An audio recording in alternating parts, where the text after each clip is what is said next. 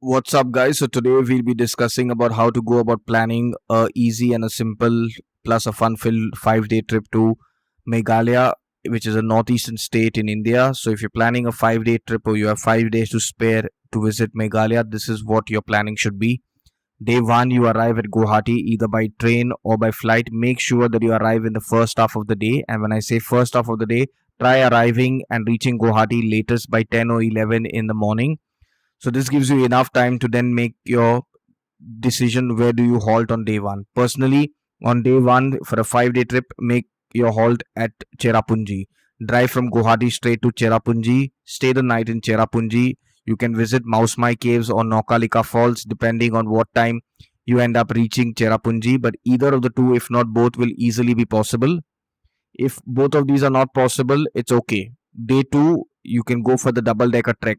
So this trek takes the entire day. So your entire day will be exhausted by just going for the double decker trek, and that would be day two. Day two night, you'll again stay in the same homestay in Cherrapunji. On day three, you can leave in the morning and visit Mausmai Caves and Naukalika Falls, or you can do it after the double decker trek, depending on how you're feeling if it's not covered on day one. Day three in the morning, after breakfast, you can drive straight to Mauling Nong and Rivai. You can have your lunch in Mauling Nong and visit the single decker route bridge in Rivai. The single decker route bridge is a very easy and a gentle walk to the route bridge, nothing compared to the double decker route bridge. So it's easily doable. Within a span of a couple of hours, you can finish Mauling Nong, Rivai, and having lunch. After that, you can drive straight to Dauki, stay the night on day three at Dauki, camping along the banks of the river Umnot.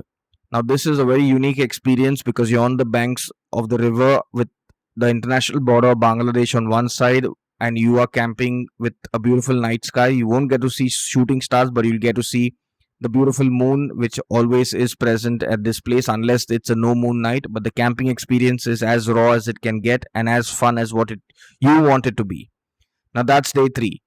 Day four, you can drive back to Shillong and spend the night in Shillong. Along the way, you can either visit Krangsuri Waterfall, Fifi Falls, or go for local sightseeing in Shillong, depending on what you decide.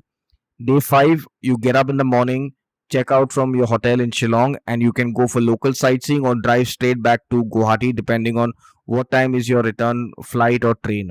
So this is how I would ideally propose a 4-night, 5-day trip for anybody who's planning to visit Meghalaya without making it very complicated or rush.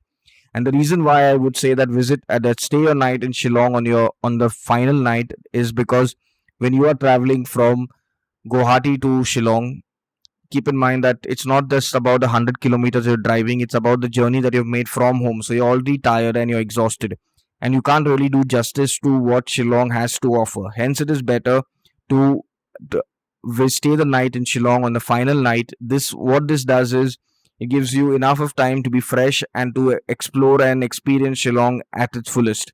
Because Shillong has a vibrant nightlife, has a lot of things that you can do in terms of shopping, in terms of just wandering the street and tasting the street food. So if you're someone who really likes hopping around cafes and restaurants, Shillong is the place, and do this on your final leg of your journey. Overall, a 4-night, 5-day trip to Shillong, if you're a solo traveler, it'll cost you a bomb. But if you're traveling in a group that is minimum 4 people or more, it should not cost you more than 20,000 per person, including all your meals. But that again depends on how much you're ready to rough it out in terms of accommodation, in terms of transportation and food. If you're someone who wants luxury, this trip would cost you bare minimum 40,000, because things in Shillong when it comes to luxury are very expensive.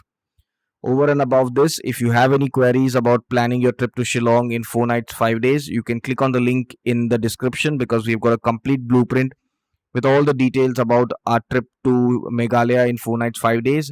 If you still have any other queries, leave a comment in the comment section and we'll be happy to help you out.